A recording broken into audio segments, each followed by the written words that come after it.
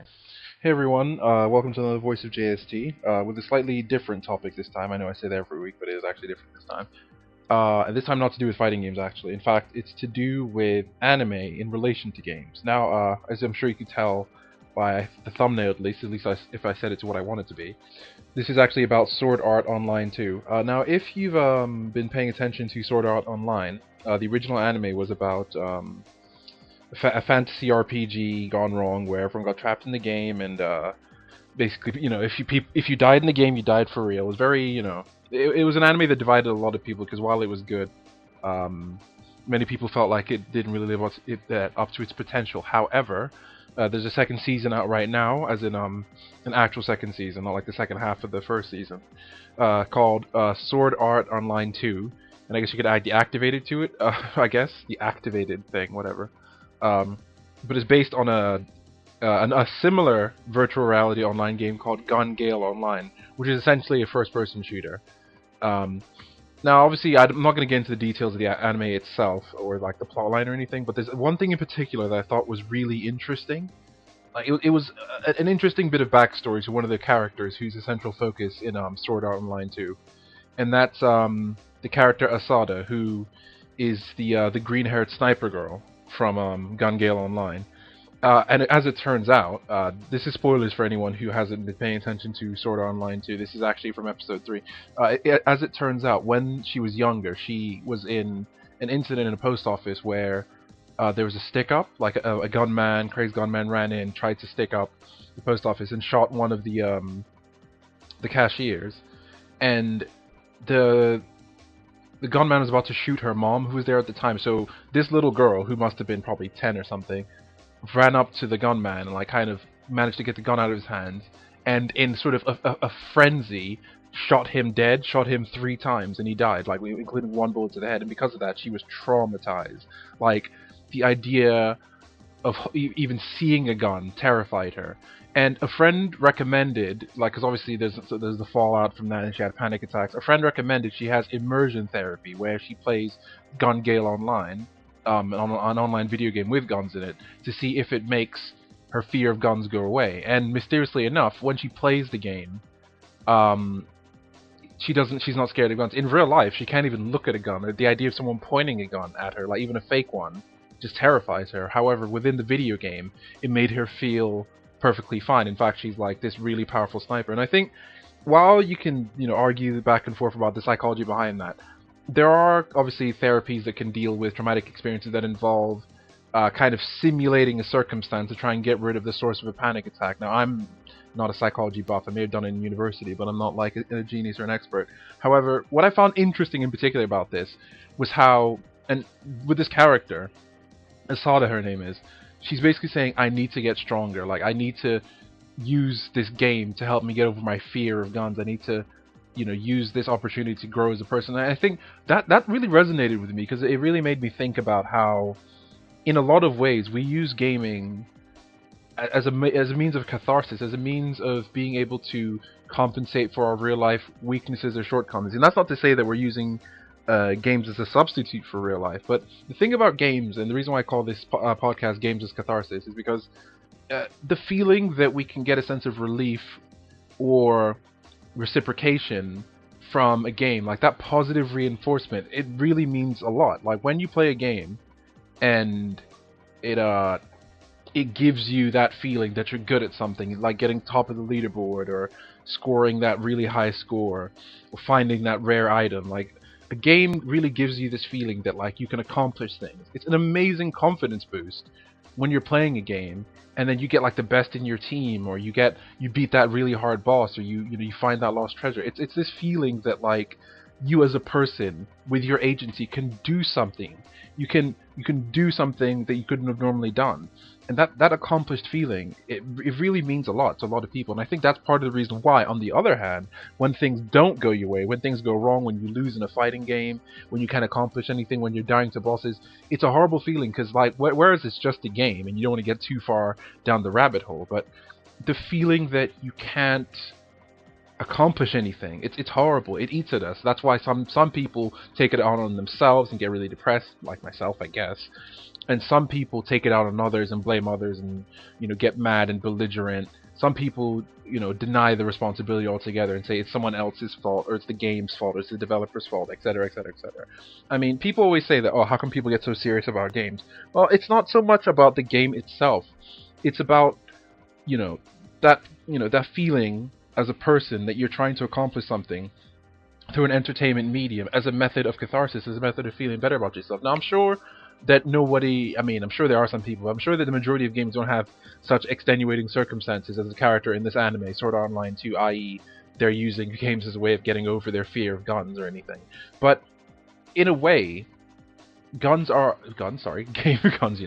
Call of Duty. Anyway, games are a great way, a method of escape, a great method of escapism for people who want to feel like they can be stronger. I mean, there's this image towards the end of the third episode of Sword Art Online 2 where it showed kind of like a vulnerable looking Asada, who I guess was naked at the time, a vulnerable looking girl, kind of, and not in a fan servicey way, in a bare vulnerable way, the naked human being is the most vulnerable.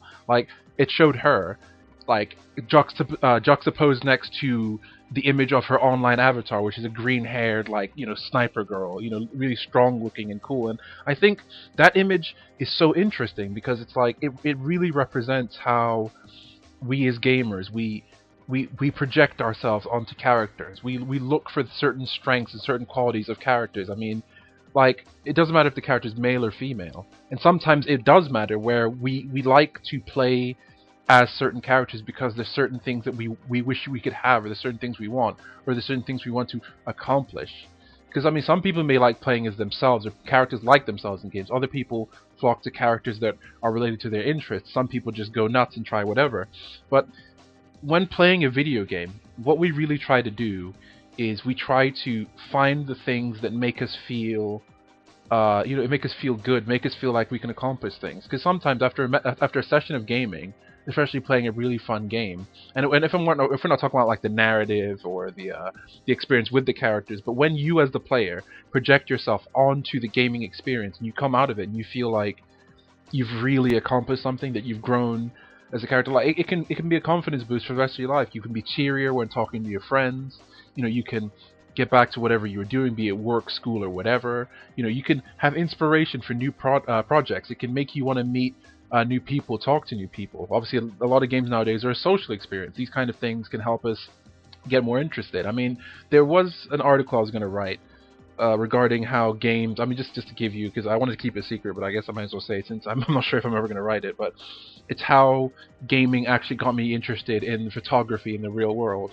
It's actually games like Crysis and Halo and even Call of Duty, surprise, surprise shooters. It's games like that really inspired my interest in travel and going to see the sights, because obviously gaming worlds are crafted after the real world, added with a bit of artistic creativity and maybe some sci-fi or fantasy. But these gaming worlds are crafted after sites in the real world. The real world itself is what's inspired all these beautiful scenes. So when I played games and I saw all these beautiful sights, if you play Crysis 2, it's set in New York. If you play Call of Duty, you travel across the world. It's you see these different locations, and it's that looks like an amazing place to be. Obviously, you're thinking, yeah, it's war and violence and all that kind of stuff, but it's just seeing these beautiful skyboxes and these amazing set pieces. It really kind of transports you to a different place, and this is part of the whole gaming is catharsis thing, how a virtual experience can supplement a real life one. How by transporting ourselves to a world where we're completely free of our earthly limitations, we can basically build our character and basically get to understand success, the feeling of accomplishment, without the harsh penalty of real life consequences. It's why personally I and many others don't really appreciate games that try to emulate real life to the point where punishments are harsh and there's no feeling of good positive feedback. It's why, as much as I enjoy a game like, say, Bayonetta, I can't say I'm particularly happy with the grading system, because the grading system penalizes the margin of error is so small. The grading system penalizes the use of items, getting hit, dying. In fact, dying once can completely offset your score. And Bayonetta works by awards, kind of trophy awards. The highest is pure platinum, then followed by platinum, then gold, then silver, then bronze, and for some bizarre reason, stone.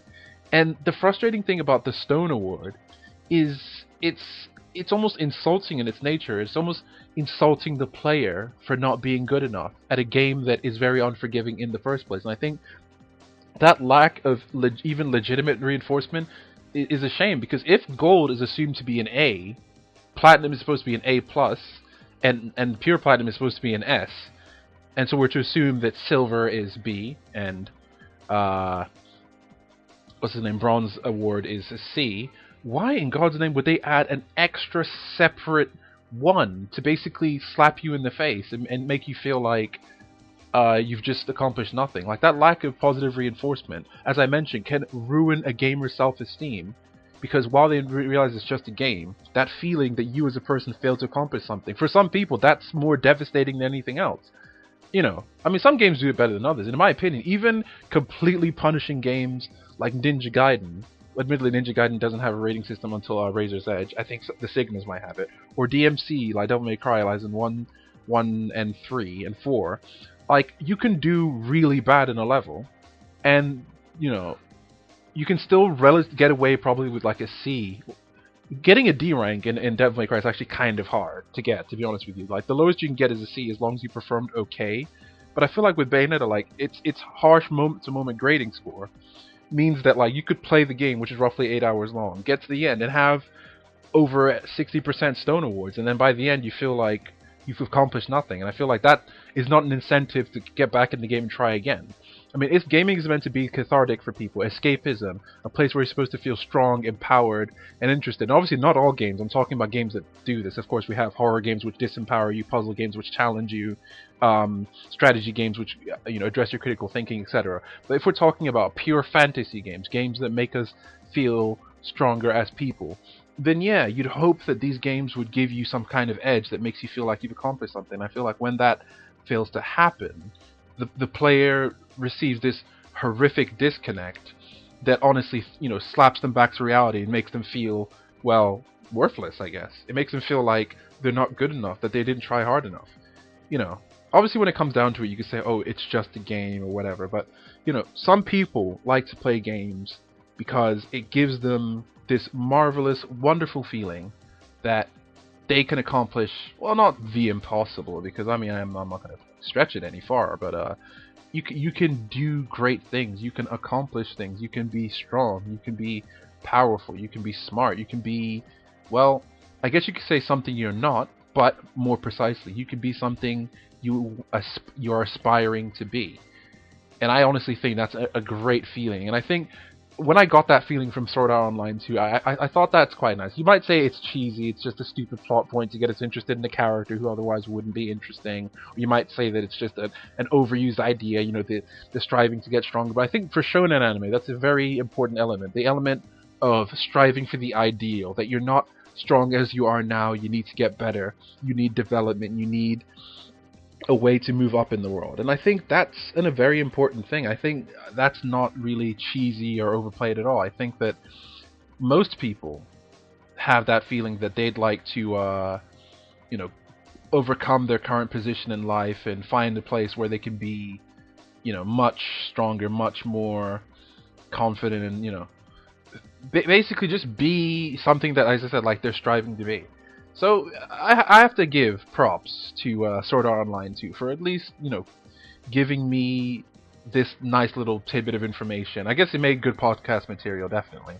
But it's nice that they've considered this aspect of gaming, which, whereas I feel like the original season certainly had one or two moments that spoke to the individual or spoke to the gamer, I feel like this theme in particular, whereas it was exaggerated through a completely ridiculous sort of, I guess, concept. Well, not ridiculous, but overdone. Oh no, I said overbaked concept. I.e., you know, she's traumatized from kind of having to defend herself from a gunman and killing him. Obviously, that, as I'm saying, like, I don't think there's anyone who has actually killed someone and played games to get over killing someone, but there are people who have definitely had traumatic life experiences that have dramatically affected their outlook, and it has dramatically made them feel quite inadequate. I would say it's made them feel very disturbed and sad, and gaming is a nice method of escape. It makes them feel better about their current position, makes them feel like they can go out and do things that they couldn't normally do. So once again, props to Sword Art Online 2 for that. If you'd ask me if I could recommend Sword Art Online 2, I would say if you like the first one, definitely watch it, the first season. I mean both halves of the fourth season. If you like both halves of the fourth season, you like the characters, you like the idea of MMOs and gaming, definitely. I would even go as far to say Sword Art Online 2 is much nerdier, much nerdier than the first season. It definitely hammers you with terminology, and this time it's more about like not just FPS, but just online shooters in general. It definitely hammers you with RPG type stats. It hammers you with FPS terminology. They don't try to go nuts with like gun names and stuff like that and gun makes, but they do go into a lot of terminology about guns. So if you're into that kind of stuff, if you like online shooters like COD and stuff, if you like the original Sword Art Online, if you like action animes, I definitely recommend giving it a go. Because whereas I don't think the rest of the anime will actually be all that deep. In fact, I don't even think that the rest of the anime will be as deep as that episode. But I definitely think that in regards to this concept, they really hit they hit it perfectly. You know, for me at least, they really made me think about how we as gamers use gaming as a method of building character, as a method of catharsis, feeling better about ourselves, transporting us to a world where we can be something we're not. You know, I want you to share your experiences with me too. Like, what does gaming do for you as a person? Like, how has gaming influenced your life and made you feel like you could get stronger, or you could build character? Like, is gaming a way of escapism for you? Is it just a normal pastime, or is it something that is helping you overcome a traumatic experience? I mean, I'd like to know your experiences in the comments below. If you don't want to mention it there, of course, you can talk to me however you want to. You can send it to me on Twitter or whatever. Point is, I'd just be interested to know what your story is. So yeah, that's basically it. This has been another Voice of JST. Thanks for listening. I'll talk to you guys later.